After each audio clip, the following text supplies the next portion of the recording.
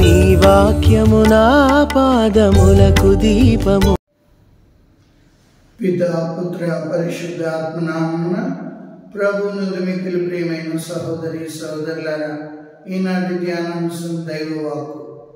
హెబ్రీయులకు రాయబడిన లేఖ 3వ అధ్యాయము 12వ వచనంలో, దేవుని వాక్కు సజీవమైనది, చైతన్యవంతమైనది, అది కత్తి వాదుల కంటే పదునైనది, కీళ్ల మధ్య సంయోగ స్థానం వరకు కలిగిను, అది మానవుని హృదయ ఆలోచనలను వీక్షించును అని పలికిన రీతిగా ప్రతిరోజు కూడా మనం దైవ వాక్యాన్ని ధ్యానించడానికి, దైవ వాక్యాన్ని చదవడానికి మనం ఇష్టపడాలి. ఎప్పుడైతే దేవుని యొక్క వాక్యం ధ్యానించడం మొదలు పెడతామో, మనం కీర్తన 119 వచనం 105లో చెప్పినట్లుగా, నీ వాక్యము నా పాదములకు దీపము, నా త్రోవకు వెలుగై ఉన్నది. దేవుని వాక్యమనే వెలుగులో మన జీవన పయనాన్ని కొనసాగించాలి. చాలామంది ఈరోజు చదువుదాం, రేపు చదువుదాంలే అని దేవుని యొక్క వాక్యాన్ని పోస్ట్పోన్ చేస్తుంటారు. కానీ దేవుని యొక్క బిడ్డలుగా మనం ఎప్పుడైతే ఆ వాక్యాన్ని చదవడం మొదలు పెడతామో, ఆ వాక్యము మనతో మాట్లాడబడుతుంటారు. అందుకే మనం ప్రార్థించినప్పుడు దేవుడు ఆలకిస్తాడు. మనం పరిశుద్ధ గ్రంథాన్ని చదువుతున్నప్పుడు దేవుడు మనతో మాట్లాడుతుంటాడు. ఎంత గొప్ప భాగ్యమో చూడండి. ఈనాటి చాలా మంది ఆ దైవ వాక్యాన్ని నిర్లక్ష్యం చేస్తున్నాం. ఎందుకంటే పరిశుద్ధాత్మ ప్రేరణచే రాయబడిన ఆ దైవ వాక్యాన్ని ఒక క్రైస్తవునిగా, క్రైస్తవురాలిగా, ఒక దేవుని బిడ్డగా ఎప్పుడైతే చదువుతుంటావో, ఆ వాక్యం నీతో మాట్లాడుతుంటది. నీవు ఎలా జీవించాలో చెప్తుంటది. నీవు నీ జీవితాన్ని ఎలా సరిదిద్దుకోవాలో చెప్తుంటది. తద్వారా నీవు దేవుని యొక్క మార్గంలో నడవడానికి సిద్ధపడతావు. చీకటిలో నడిచే వ్యక్తికి మార్గం సరిగా తెలియక తొట్రెలు పడుతుంటాడు, గోతులో పడుతుంటాడు, ఇబ్బందులు అనుభవిస్తాడు.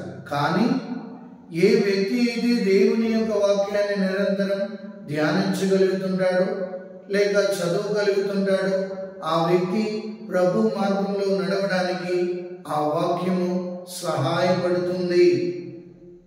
మనం చదవాలి, మన పిల్లలతో వాక్యాన్ని చదివించాలి. అప్పుడు పిల్లలకి దేవుడు బంగారు భవిష్యత్తు ఇస్తాడు.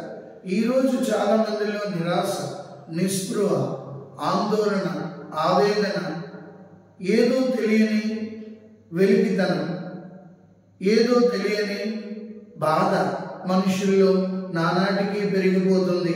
అందుకే డాక్టర్ల చుట్టూ తిరుగుతున్నాం, సైకాలజిస్ట్ చుట్టూ తిరుగుతున్నాం. కానీ మనం ఎప్పుడైనా దేవుని యొక్క వాక్యాన్ని సరైన రీతిలో ధ్యానించడం మొదలు పెడితే ప్రభు మనతో మాట్లాడుతుంటాడు.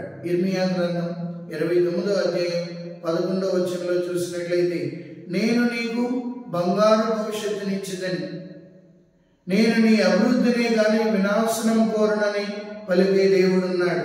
ఎంతటి ఓదార్పునిస్తుంది దేవుని యొక్క వాక్యం, ఎంతటి ఆదరణను కలిగిస్తుంది దేవుని యొక్క వాక్యం.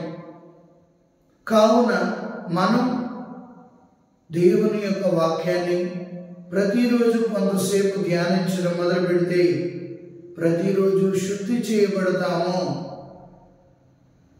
దేవుని యొక్క వాక్యం మన నోటికి తీయగా ఉంటుంది. అందుకే దర్శన గ్రంథం 10వ అధ్యాయం 10వ వచనంలో, నేను అతని చేతి నుండి చిన్న గ్రంథమును తింటిని, అది నా నోటికి తీయగా ఉండను. కాబట్టి ప్రతిరోజు మనం దేవుని యొక్క వాక్యాన్ని ధ్యానిస్తుండాలి. దేవుని యొక్క వాక్యాన్ని పట్టుకొని ప్రార్థిస్తుండాలి. దేవుని యొక్క వాక్యానుసారంగా జీవించడానికి అనుదినం కృషి చేస్తుండాలి. తద్వారా మనం పరిశుద్ధతలో నడవగలం, దేవుని యొక్క వరాలు అందుకోగలం, దేవుని బిడ్డలుగా జీవించగలము. కావున ప్రియమైన సహోదరి సహోదరులారా, దేవుని బిడ్డలారా, వాక్యం మిమ్మల్ని దీవిస్తుండాలి. వాక్యం మీకు ఆదరణ ఇస్తుండాలి. వాక్యపు వెలుగులో నడుస్తూ మన జీవితాలు చక్కదిద్దుకుందాం.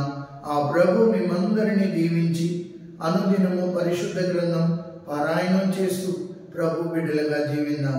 పిత పుత్ర పవిత్రాత్మ నామమున ఆమేన్.